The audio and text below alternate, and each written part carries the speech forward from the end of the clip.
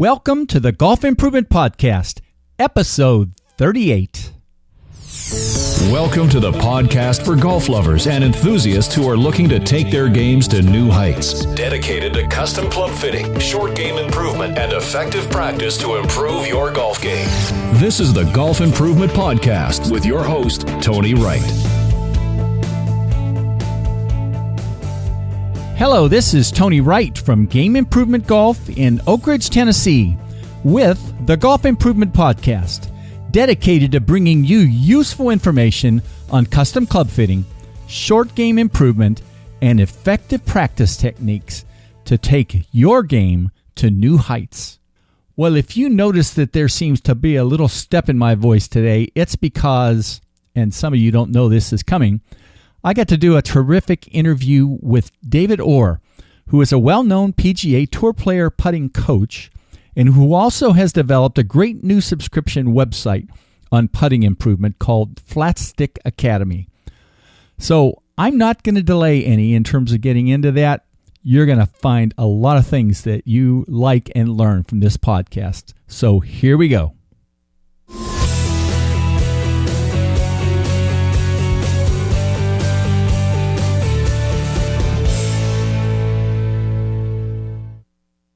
Hello, this is Tony Wright with the Golf Improvement Podcast. I'm really delighted today to get to speak with David Orr, who is an acknowledged expert in putting instruction and putting improvement. He gets to weave in his analytical work by being the director of instruction at Campbell University in North Carolina. He's an instructor to many tour players and also to golfers of all skill levels. But he also recently started something that I think is really neat, a new subscription website called Flat Stick Academy, where he weekly puts new articles and videos and things on it that are of interest to instructors and golfers. So, David, thanks for doing this, and welcome. Tony, be glad to do it. Thank you very much. Yeah. Thanks for having me. Yeah, well, you have a little video on your website about this, but I think it's of interest to people who don't know it. Talk a little bit about your story, how you got into putting improvement and your journey to do that. Yeah. Well, I played college golf, obviously, and played mini tour golf, and this was back in the early to mid 90s, and I was a terrible putter.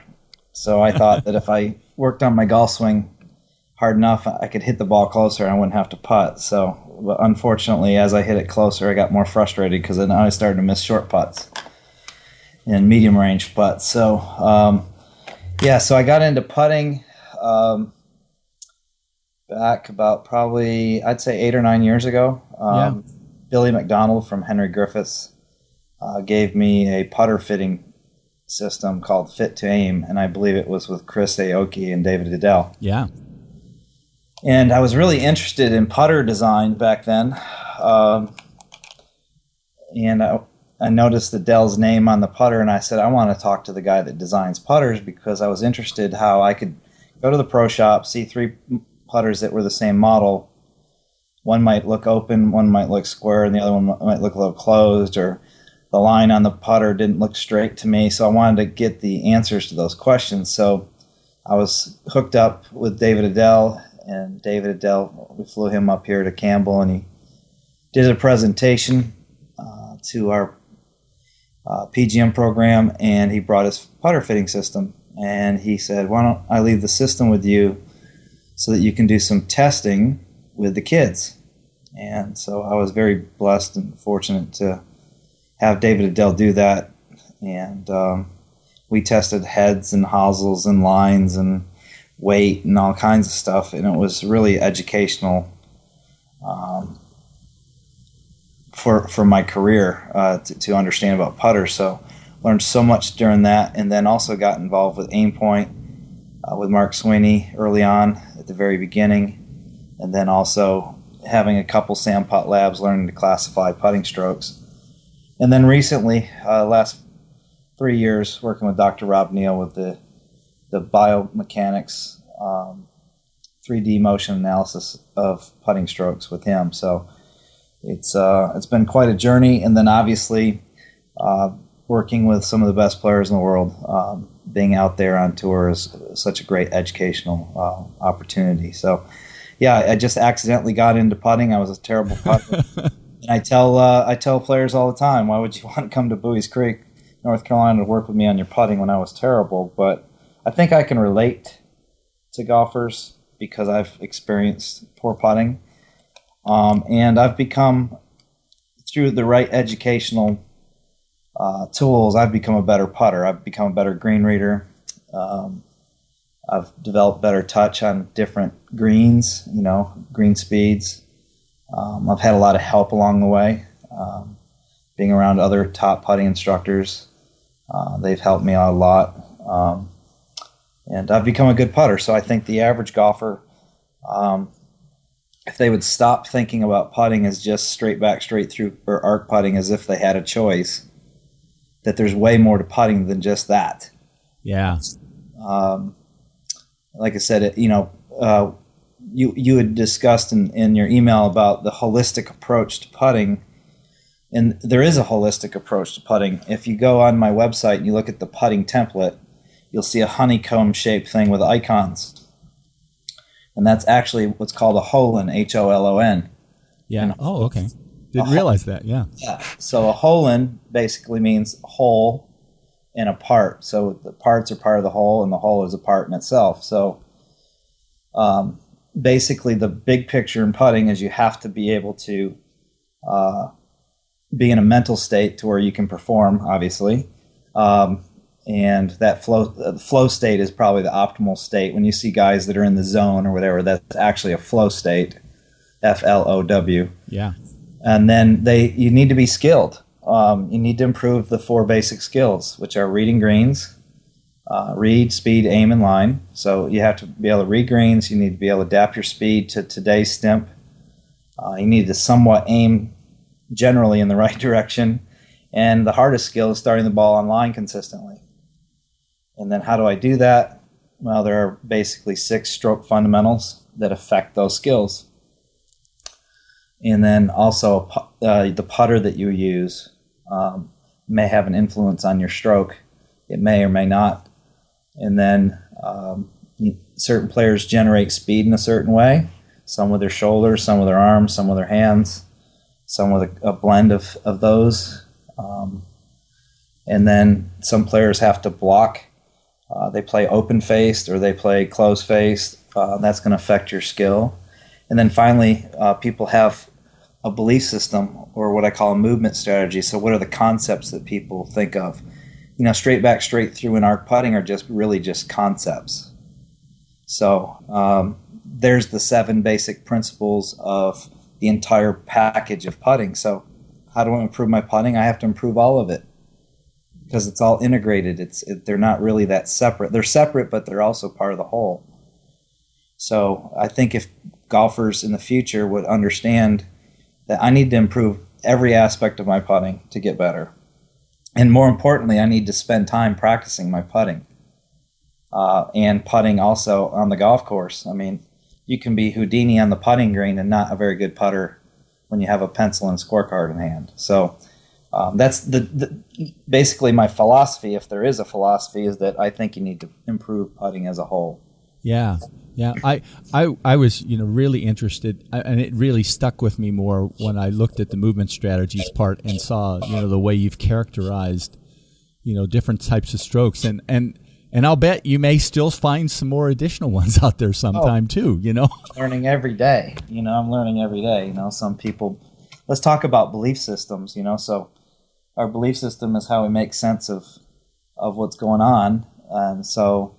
Some people believe that the club face stays square to the target line throughout the entire stroke. Well, that's probably why they move the putter the way they do, or underlying reason why they move the way they do.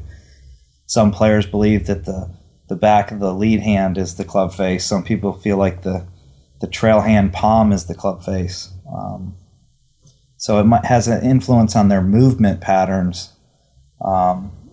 Your basic concept or belief system influences. And we can actually, Dr. Rob Neal and I can graph a player's hands You can almost see, this is what was really cool, you can almost see what their belief system is, or at least get good at predicting it. Yeah. I mean, you can't read people's minds, but you can kind of deduce what they're how they're trying to move the putter. So that was the cool thing about the 3D research that we've done, is that no one strokes it exactly the same, number one. And number two, nobody can make two strokes consecutively exactly the same. It's impossible. So this, we as coaches tell people, okay, good, do it again. Well, in reality, the person can run the same. Sorry, that's okay. That's fine. They can run the same mental pattern over and over again, but it's hard for them to actually do it. So Dave Stockton shows the little trick on Golf Channel: sign your name and then sign it again. Well, that's just human movement variability is what that's showing. The little trick, sign your name, sign it again. You'll notice that none of the letters look the same. So what do good players do? Good players know how to reduce the variability so that they're more consistent. And that's what we see the difference between tour players and the average golfer is tour players are more precise and they're more consistent with what they do. So a perfect example of that, I was just running through our statistics on short putts on the PGA Tour for my clients, and also how they stacked up against the rest. And Jason Day, it's interesting, from inside of 3 feet, and 6 other players, so a total of 7 players, did not miss a single putt inside of 3 feet for the year. So, and was that, in terms of him, was he the same way? I mean, did you look back a year before and see if there was a difference too? I didn't. I need to do that, but what's interesting is only 7 players made every putt inside of 7 feet. Wow. Or 3 feet. 3 Yeah. feet. So 7 players made every putt inside of 3 feet. So Jason Day was 612 attempts, 612 made. Graham Dillette, Ryan Moore, Jeff Overton, Daniel Summerhays, Johnson Wagner, and Lee Westwood all made everything inside of 3 feet. 12 players only missed 1 foot all year inside of 3 feet, and 21 players missed 2 putts inside of 3 feet. Interesting, Jordan Spieth missed 2 putts inside of 3 feet. One of them was in the Open, wasn't it? I think. Yeah, actually, right? he missed one on 17 at Chambers Bay. That's right. Pulled it left looking at the hole. And then also at the British Open at St. Andrews, he missed a 3-footer on 17. So interesting that both putts were missed on the 17th hole of a major, looking at the hole. Jeez. And were pulled. So what was interesting, putts from inside of 5 feet, Matt Kuchar was number 1, and he missed 17 all year. Eric Compton also missed 17 all year. Jordan Spieth missed 30 putts inside of 5 feet all year. So this notion that players make everything inside of 5 feet, well, the stats tell just a slightly different story. So the average golfer, or even a beginner golfer, might miss 18 putts inside of 5 feet, right? Matt Kuchar goes the entire year and only misses 17. So that's the difference is tour players are way more consistent. They're very good at holing out, and they're very good at lag putting. And obviously the Golf Channel and the broadcast show these putts that guys are making from 15, 20, 25, 30 feet. And obviously Jordan Spieth that's where he makes his money, obviously, $22 million worth. So, but I think the average golfer needs to get really good at holing out. And the way to do that is you have to be very precise with the club face at impact. You have to be good at reading greens. And you have to deliver the ball with a relatively consistent speed. So, but I know that was a lot right there, but I just thought... Oh, that's fabulous. It's stuff that we didn't anticipate, but it's neat that you've gotten some of that statistic stuff to talk about. I just think it's fascinating. We sit there and go, well, Jordan Spieth makes everything. And then you pull this up, and Jordan missed 30 putts inside of 5 feet. But here's the thing about Jordan Spieth. Jordan Spieth is one of the most impressive people I've ever met in my life. He's just, it's interesting. He's a 22-year-old that he's like an old soul. He's like a very mature person, but yet he's still 22, you know? Yeah. And just phenomenal golfer. Just very skilled in every aspect of his game. So I'm not poo-pooing him at all. I'm just saying what the facts are. You know, you sit there and go, boy, Jordan Spieth's a great putter. Jordan Spieth is a great putter, especially from mid-range to long range. It's the short ones that just need a little bit of work. That's going to be scary then if he gets any better in those areas, isn't it? Yeah, absolutely. If Jordan went all year without missing a putt inside of 3 feet, or just improved half of those, I mean, it's as consistent as he is. I mean, he'd be winning even more. So, like I said, very impressive individual. Yeah. And I run these stats just to find out where my guys are at. You know, some of my players are really good at short putts, and some of them are really good at longer putts. So it's just interesting when you look at the numbers at the end of an entire calendar year. And surprisingly, Adam Scott and Lucas Glover were either last or second to last in every category in the short putts inside of 5 feet. So be interesting to see what Adam does this year with the Anchor Band coming up. He might get better. You never know, right? I think he can. I mean, I think he's talented enough to get better. Sometimes, remember, we get back to belief systems. You know, you miss a few short ones and it really starts to wear on you. A lot of fear and anxiety start to creep in over those little short ones. So it's kind of like I tell some of my players. I mean, yeah, you have a history of missing short ones, but you can rewrite history. You know, you can actually, from this day forward, get better. You can't change the past, obviously. You can't change the fact that you missed a 1 foot putt. You know, Ernie missed a 1 foot putt. Did you see that one? Oh, yeah, everybody's showing it over and over, unfortunately, but yeah. And you know, Ernie's such a great guy and gentleman, and you hate to see that, but you know, you can get better. I mean, people can get better. I think a lot of people, when they start missing short putts, they start to avoid practicing them. They go the other direction. They go, okay, well, it's not a problem if I don't see it or I don't address it. But I don't think that's the solution. One of the things, drills that really was remarkable to me in my career is I remember watching Vicky Getz Ackerman when she was at the University of Georgia. She was Vicky Getz back then. And she was an All-American at Georgia, and she was the greatest putter I've ever seen inside of 6 feet.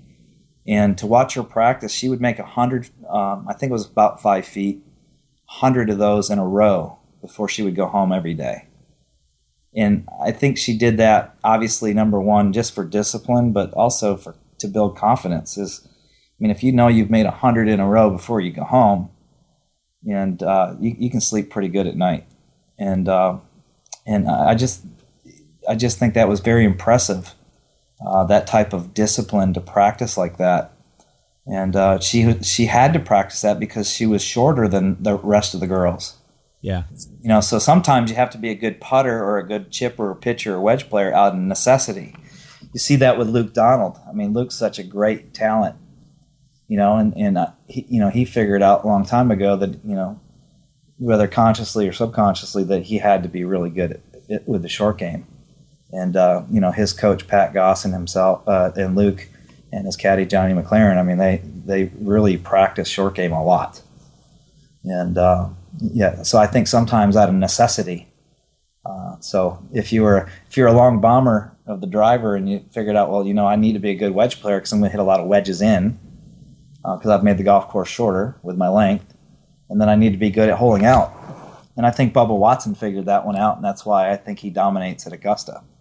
Yeah. You hit driver, hit your wedges in there, and hole out. And I think Bubba actually this year, if I pull up the stats again, this was impressive with Bubba Watson. Bubba Watson was ranked third inside of 5 feet.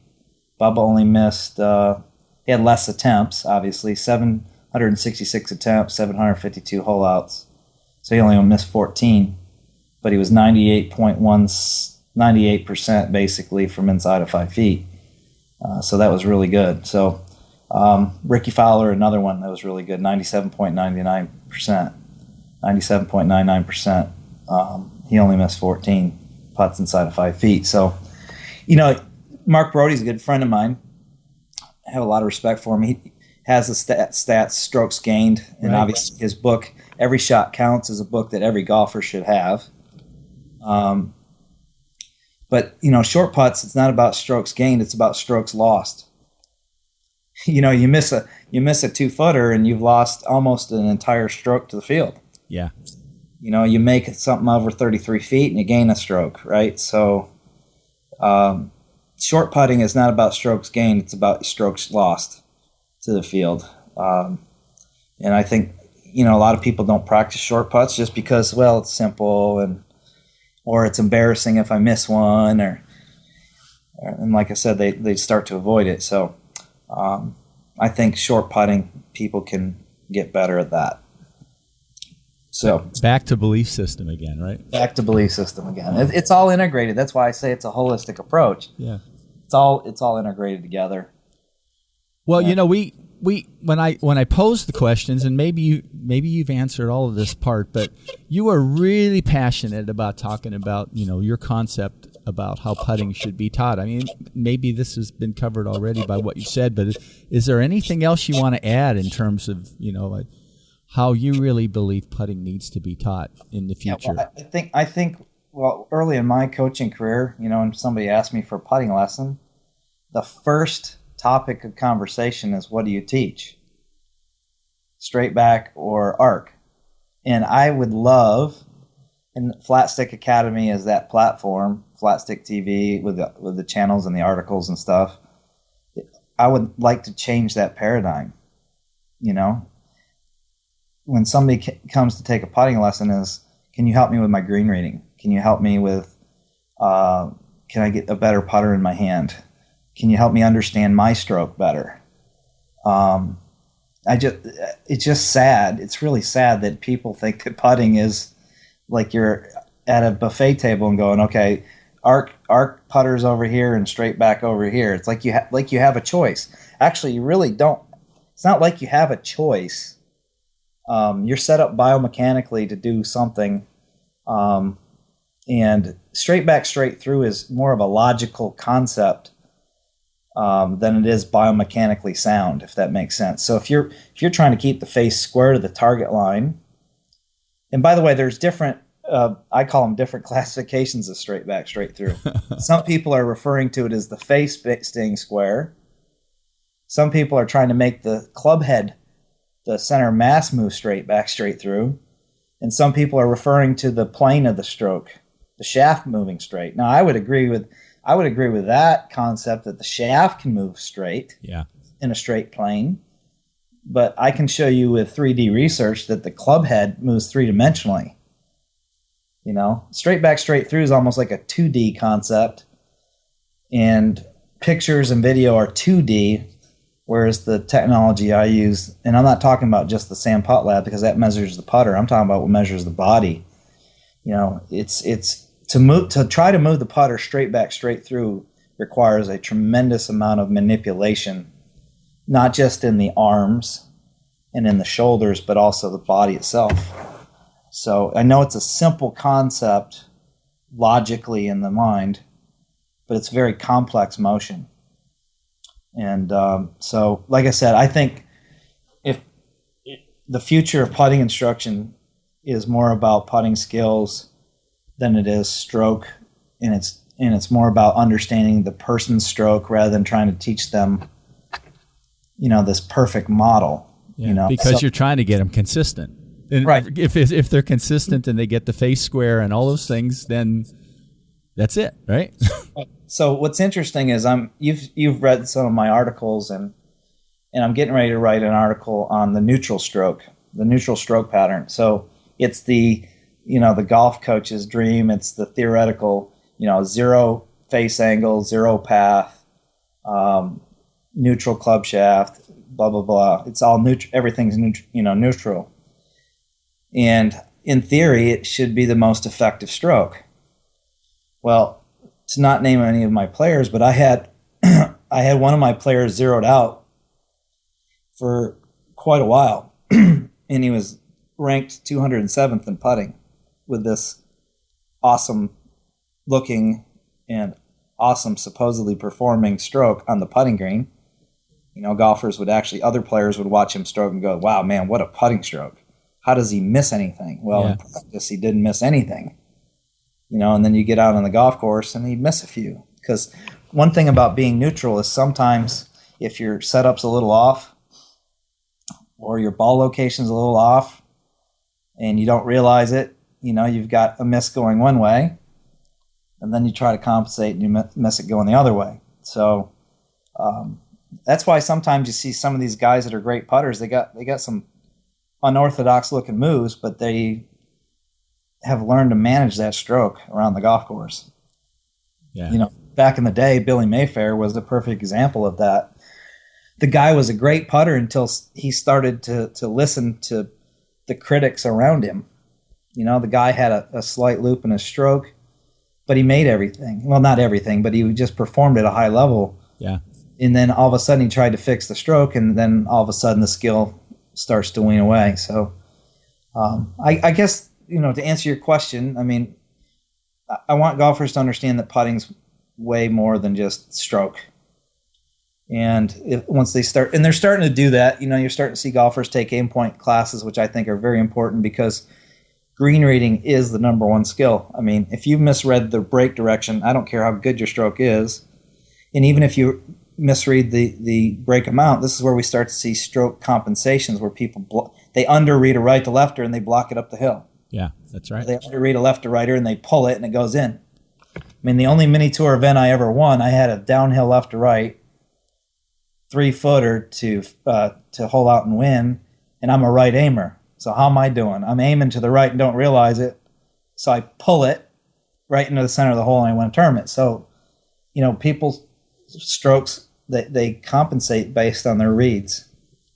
And I wrote an article about that, about, are you an open face player or a closed face player or relatively square face player? So that has an influence on your read. So if you and I and a couple other guys were playing in a scramble and we got a putt, one of you guys says, well, it's inside right edge, and the other guy says it's right edge, and somebody says, no, it's a ball out.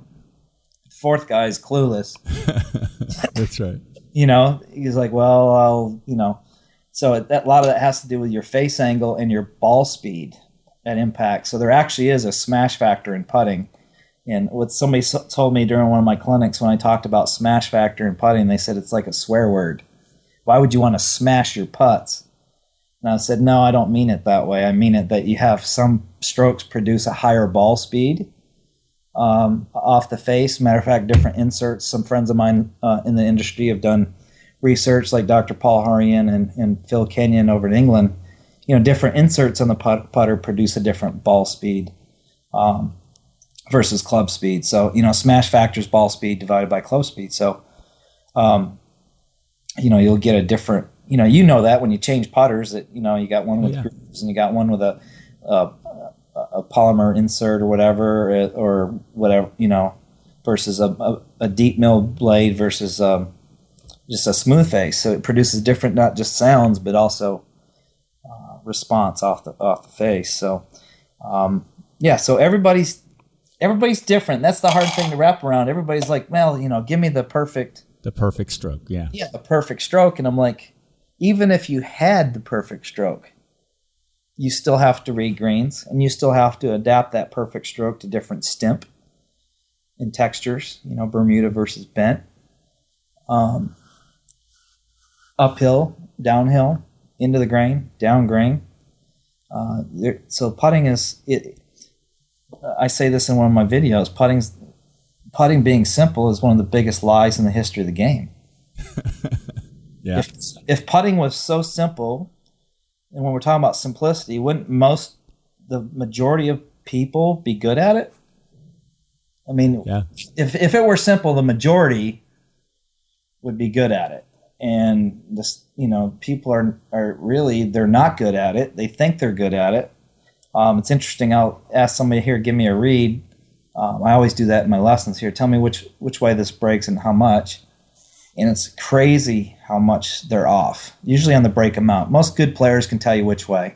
Just because they've hit so many putts, they start to recognize patterns in the slope. But yeah, most people they're not good. But what's interesting is when you give them a ballpark read, it's amazing how they start to make putts, and they always say to you, "Well, I always make putts when you're around." I said, "Well, of course, I'm your caddy. I'm the one that's reading the greens for you. Yeah, I'm giving you a chance to be good." So it's interesting. It is interesting how people, I putt so good when you're around. You're such a good influence, and I'm sitting here going, "Well, it's really not me. It's me kind of leading you. You know what I mean? Like, here's the read. This is the speed." Kind of what it would look like, and giving them half a chance. So, yeah. And I know when people leave, the ones that are going to improve to some degree, and I never expect people to improve like leaps and bounds. Usually when I get a phone call like the week after a lesson, they go, "Oh man, I putted so good." I know that was more mental than it was actually physical. Yeah. But when somebody calls me up, or I text them and I haven't seen them for 6 months, either A, they've gone a different direction, or B, they usually have a surprise for me. And it's like 6 months later, "I haven't talked to you. How you been doing?" "Oh man, I've been putting good. I've been getting better each week." Now that to me is the real progress. That means they've been truly working at something and making a commitment. Absolutely. So I like to see people with that growth mindset where, like I said, I hadn't talked to a guy for a year. "Well, how you been?" "Good." "Well, I got better. I didn't get better right off the bat, maybe a little bit better, but every week I got better, and I practiced more this year than I ever have." And I said, "Well, that's probably why you got better. You got better because you got better information. You got better because you actually went out and practiced, and there was some growth in your game. Better understanding of your stroke, or better a putter that somewhat fits you, So I rather see it that way. But so when people call me up, like I said, after a week and say, "Oh, I putted so good. I won my tournament. Thanks. It's all because of you." I'm sitting there going, "No, that's not really how it works." Yeah. So anyway, yeah. So you want to go on to another question? Sure. Well, one of the things that I read about, years ago, was some of the research you did on lines, and I actually go back and forth about some of this. I had a guy recently that, with a line on Sam Putt Lab did much worse than he did without, but he's also very constrained about how he putts, so I think there's an element in there. So talk a little bit about, lines, no lines, maybe when people should consider doing a line, when not, and maybe misconceptions they have about that, because I know you thought a lot about that. Sure. Yeah, I've done a lot of research online, so I can just share with you a little bit of the testing and some observations. First of all, the location of the line is a big deal. So the research showed that the more lines, or the further away the line was. So most lines are put on the flange, correct? Yeah, and also lines in the golf ball, too. Yeah, we'll talk about that, too. Yeah, so most lines are on the flange. Well, that's not where the face is. So I want people to wrap their mind around that concept first. Okay, the line is on the flange. It's not where the face is. The face is the perpendicular, normal to the flat part, which is at the front of the putter. Yeah. Okay. Right. So when you put lines on the back of the putter, they're not in the same location. And they would not be the same location on the arc of the stroke. So lines on the top line are much closer to the face, and they form more of a perpendicular. Okay? So the top line, or the leading edge, or the flange, that's not the face. The face is the flat part. So what's interesting is when we tested people with a bullseye, there was no offset, no line, just a shaft and a blade, right? Most people aimed relatively straighter, without any of the crookedness of a hosel or the sight aiming, so to speak. It's interesting. A lot of people are thinking that sight or eyesight is the only factor in aiming. It's one of the factors in aiming. We have to learn to use our spatial awareness or orientation where something is. That has a lot more to do with it than just the eyes alone. So lines on the ball, I think how long the line is and how it's tilted is a very important aspect of it. So somebody says to me, well, you're against lines. I said, no, I'm not against lines at all. If you can see the line on the ball accurately, then use it. Some people use the line on the ball just for general direction. That away. The hole is that away. Yeah. Some people use the line to set up to the ball more consistently, to get the ball location and their setup to be more consistent, which I think is a good thing. I think using a line on short putts is great because your intent is more line than it is touch. We're talking inside of, say, 6 feet or whatever. Yeah. I think sometimes, though, a line can lock you in. So say you're on a right to left putt that breaks almost a foot from 6 feet, and your instincts are saying, well, I got to play a little bit more, but when I put my line down, it looks less, and you're sitting there and have that little turmoil. I think sometimes it can lock you in. So I'm neither for nor against lines. I think you better know, number one, does it look accurate to me? And number two, is it really helping me, or is it creating conflict? I do not like to see a line on the ball. This is a teacher preference. I don't like to see a line on the ball and the putter, because the line on the ball is on a round surface and the line on the putter is on a flat surface, and they don't match rarely visually. So I'd rather if you're going to use a line on the ball, you could do what Tiger does, do a line on the ball and a sight dot on the putter. I call it dotting the lowercase I. Yeah, right. Or you could go no line on the putter and the line on the ball, and it forms a nice little T, or with the top line in the ball. But again, these are all sight aiming techniques, and I'm one of those players personally that if I try to sight aim, I aim crooked. If I just look at the hole and draw the line back in my mind's eye, set the putter down, it's amazing how much more accurate I am when I just kind of point the face. So to answer your question, you got to figure out, everybody's got to figure out what works for them, and not works like logically works, but actually like visually it looks good, puts my mind at ease. Finding out, like we found out with one of my players, that if he has a line on the top, it's awesome. If the line's on the back, it's to the right. So every putter he has made has a line on the top. It's a small one, but at least he has one. Another one of my players, I was just at his house this week. Went down into his putting, well, not his putting room, but his golf room, and every putter since he was a kid had a line on the flange. So, everybody's a little bit different, but you got to figure it out. But never assume that lines are going to help you. That's the wrong assumption, because, oftentimes lines can hurt you. So practice, for example, if you're practicing 10 footers, practice, 10 of them with a line, 10 and not, and see what's going on. Absolutely. Or something like that, right? Yeah. Test it with a laser pen or whatever, and a mirrored face and some double-sided tape. Take some double-sided tape and tape the mirror to your putter face. Set up your laser pen like on a coffee coaster, and you can see it reflect back on the wall or wherever, if it's over the hole or not. But like I said, sight aiming is, I think it's overemphasized.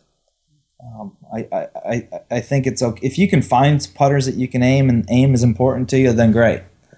But don't ever assume that just because you aim straight that you're going to return the face back to square. Yeah. Because I've been down that path with so many people. It'd drive me nuts. I'd fit somebody with a mirrored faceplate. They'd aim it straight, and then I get them on the Sam Putt Lab, and they twist the putter closed in the takeaway. And the Sam Putt Lab's reading that the face was closed 1 degree. With the aim report, when with a laser, they're over the hole. And that used to drive me crazy until I started to watch the beam on the Sam Putt Lab going, oh yeah, this person sets it down square, and just before they take it away, they twist it closed. Or they set the putter down fairly square and they forward press, and then the face is a little open. Yeah, see that all the time. Yeah. So the Sam Putt Lab report's reading the face before the last frame before it moves. So you got to watch when you get on the Sam Putt Lab. You got to watch that beam on the screen during the calibration.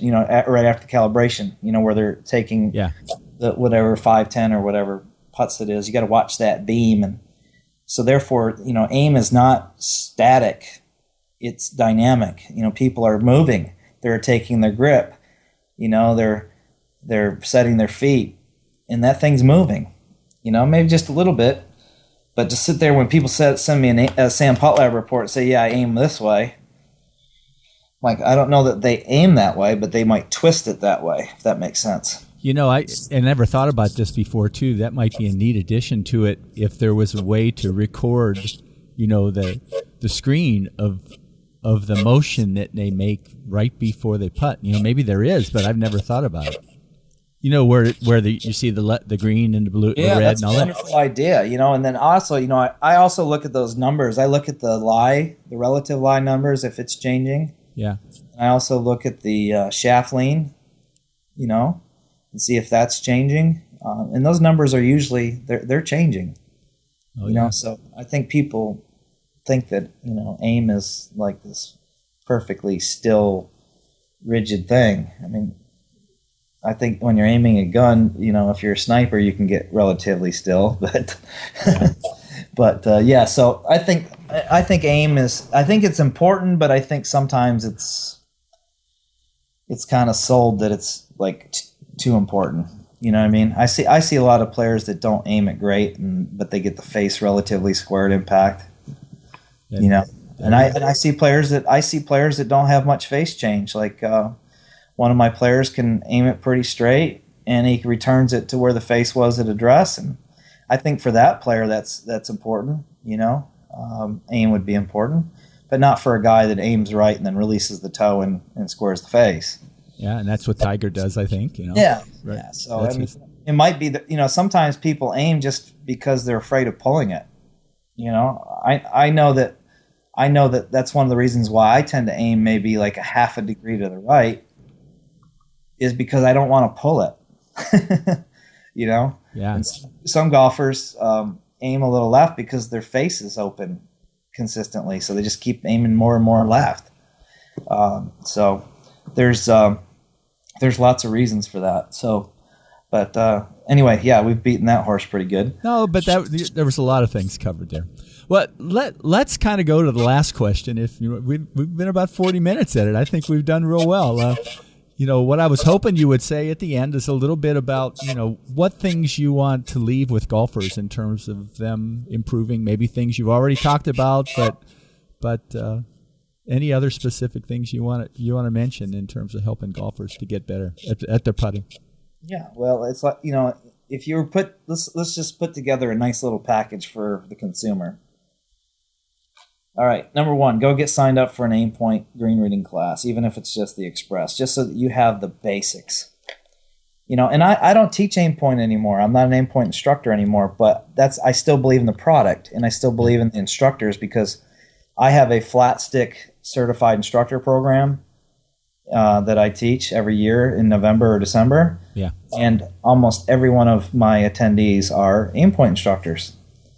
So, where are you going to get better at green reading? So you might as well go take a class and get the basics, and that way you've got your start.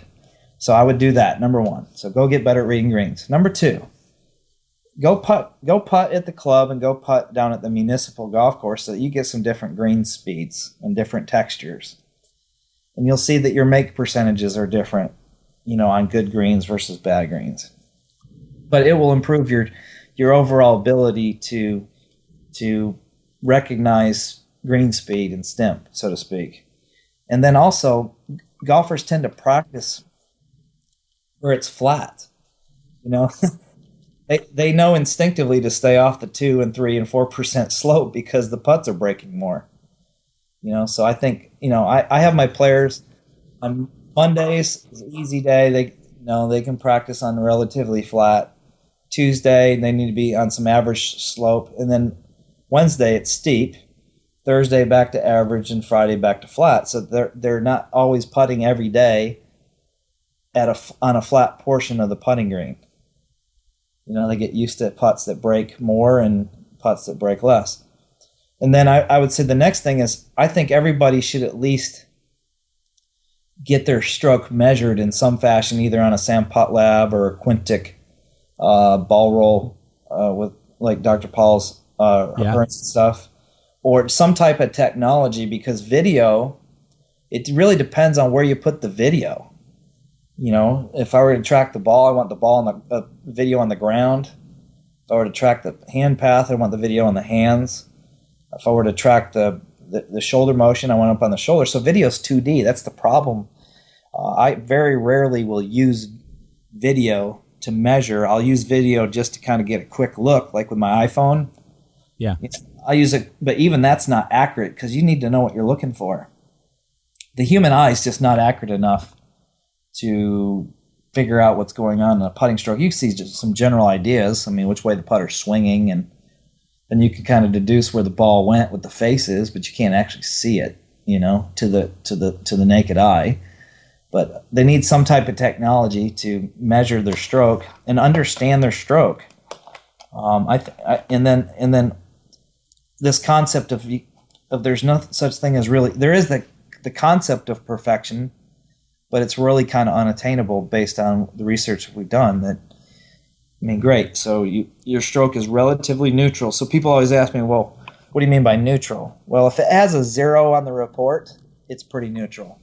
Yeah, right. So it was pretty interesting that I was at a seminar in Denmark, and I said, okay, we're going to create this fictional, the Danish Putting Congress.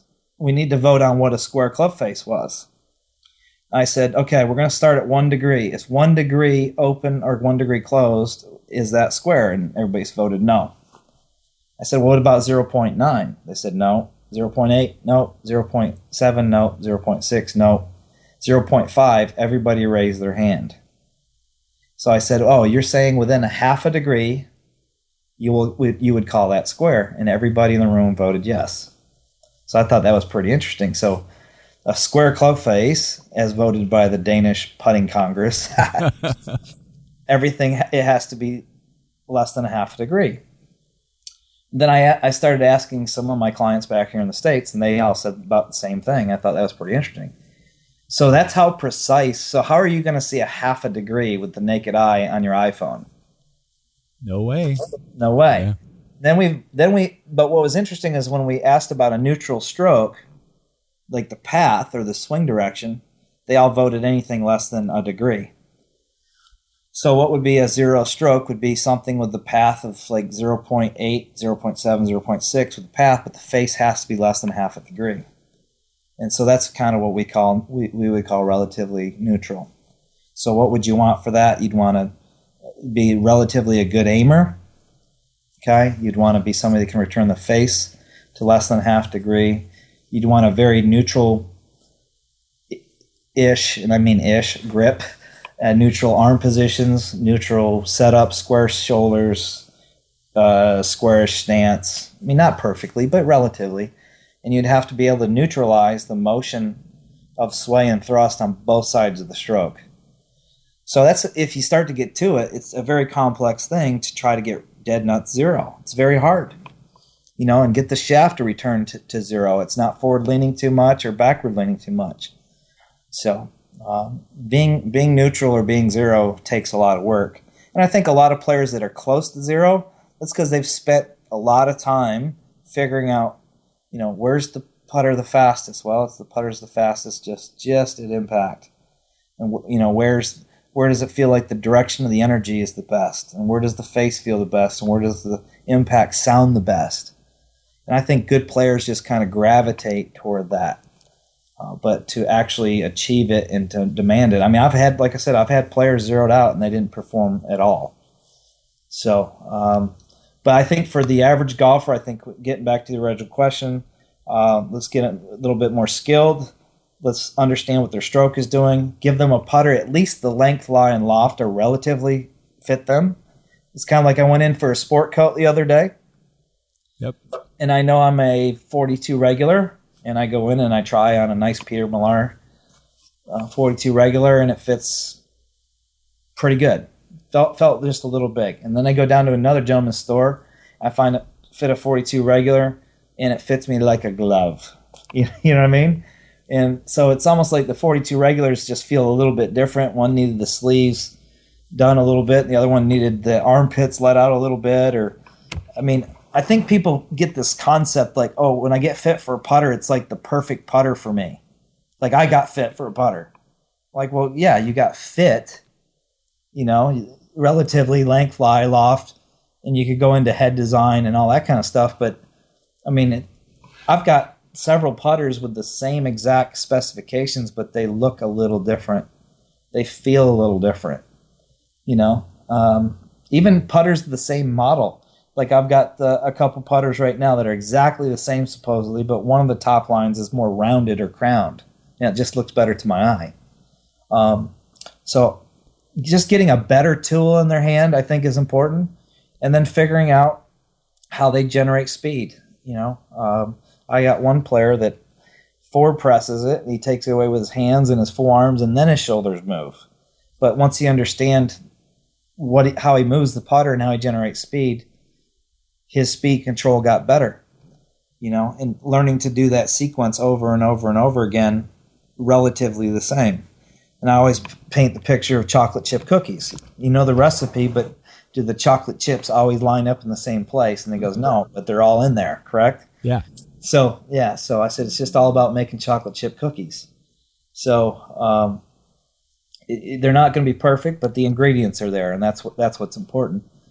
And then, like I said, it's improving every aspect of the game, and then actually getting out and putting and practicing. I worked with one of my players yesterday and the day before, and all I gave him was a little bit of a practice plan and a routine that he could go through. And even though he didn't hit for hours and hours and hours, it was 100% deep practice and effective practice. Yeah. He goes, man, we didn't feel like we putted that much. I said, but how do you feel? He goes, I feel like I had a nice, effective, complete practice. I'm like, absolutely. So you're not just going out there putzing around, so to speak, for an hour or two. You're actually, it's deep and it's effective practice, and I think that's important. We did some nice short putts, we did some medium range putts, and we did some long putts, and so it covered every aspect of his putting performance. So anyway, that would be my kind of short list. Parting words. Yeah. Parting words? Yeah, right. No, I said that would be your parting words. Oh, gotcha. Yeah. Well, David, you spent about 50 minutes with us today, and I appreciate that. I think people who are looking to get better and also instructors are going to find a lot of interesting things from this podcast. So I'm going to put the link in the the show notes for Flat Stick Academy. I don't know if you want me to put your email there. You probably get enough emails. They could get you through your through the Flat Stick Academy site. So I think the Flat Stick Academy was designed for golfers to get better. It's the future of what I feel is of putting instruction. Right now, it's really instructor heavy. Yes. Instructors love live lessons, so I actually post live lessons of juniors and amateurs. So, it's pretty humbling when you sit there and you go, okay, I'm going to post this lesson, so people are going to actually watch how you coach. You know what I mean? Yeah, that's right. Actually watch you teach. So, it's quite humbling when you sit there going, well, it might not be the perfect lesson, but it's at least how I coach. And then the consumer can also get a feel for the way you coach. And if they watch enough videos, they'll see that I don't coach the same lesson twice in a row. Yeah. If you can see two lessons that are exactly the same, I'd be pretty surprised. Yeah. And so people can get a feel for, well, I don't like the way that guy coaches, or that's kind of a different approach. I'd like to try that. And then, it's a pretty new website. I mean, it's only 3 months? It's 10 weeks old. Yeah. Yeah. Right. And there's 42 articles that I've written, and a lot of people don't realize that there's video links in the articles. So it's not just text. You can read the article, click on the video link, and then there's a video analysis of a stroke or whatever. So sometimes there's videos in the articles that a lot of people they overlook because they're trying to speed read the article rather than actually read the article and go, oh man, look at this. There's a putting stroke analysis in this article. Let me click on that, and then I've got it like a 3 or 5 minute analysis. And then as the site grows, I'll have staff writers, other people write for me. In their area of expertise, and then also there'll be more videos for the the consumer. So it's growing, and like I said, it's really instructor heavy right now, but it'll be more consumer friendly as time goes on. It's definitely worth anybody considering subscribing to. I had one guy complain that he was disappointed. He sent me an email saying for $9.99 it wasn't worth it. I'm sitting there going, oh my goodness. I'm sitting here giving you all these videos. You're watching me teach.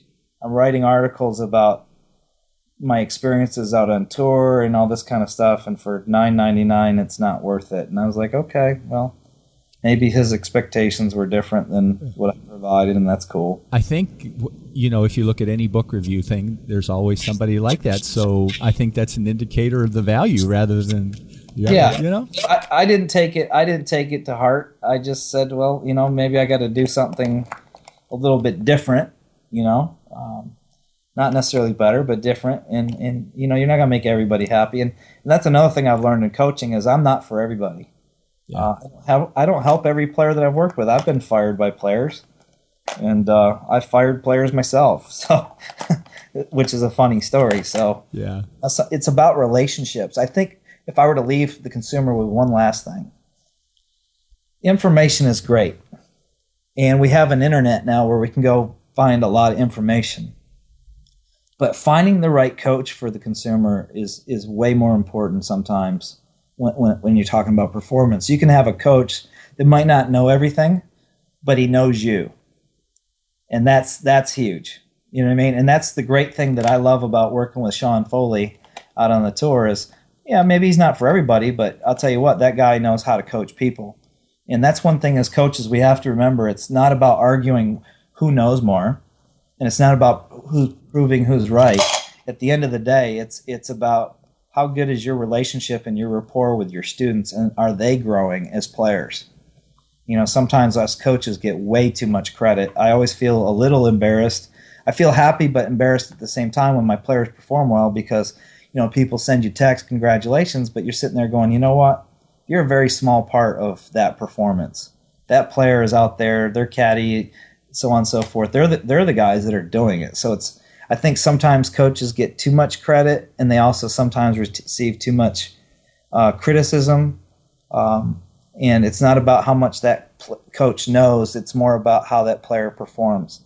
So, if I were to say one last thing, it's about player performance. It's really not about knowing the most. Does that make sense? Absolutely, David. Thanks again. Looking forward to getting this out to people next Monday. All right. Thank you, Tony. Appreciate it. Thanks for your support also. You bet. Bye now.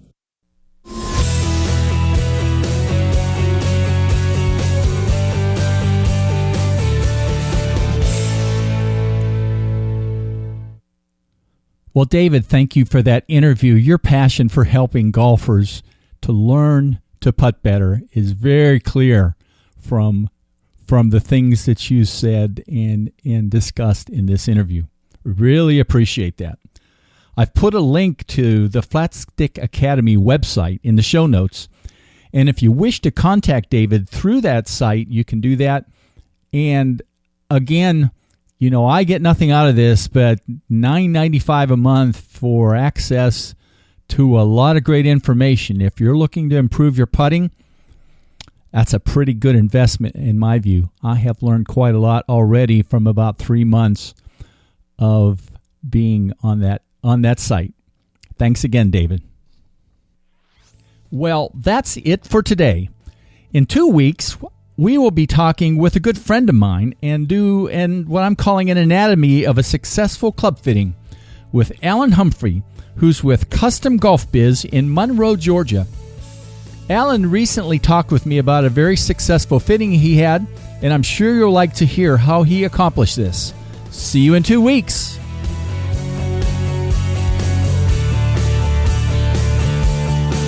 Game Improvement Golf, your source of information and inspiration to become an exceptional golfer now. www.gameimprovementgolf.com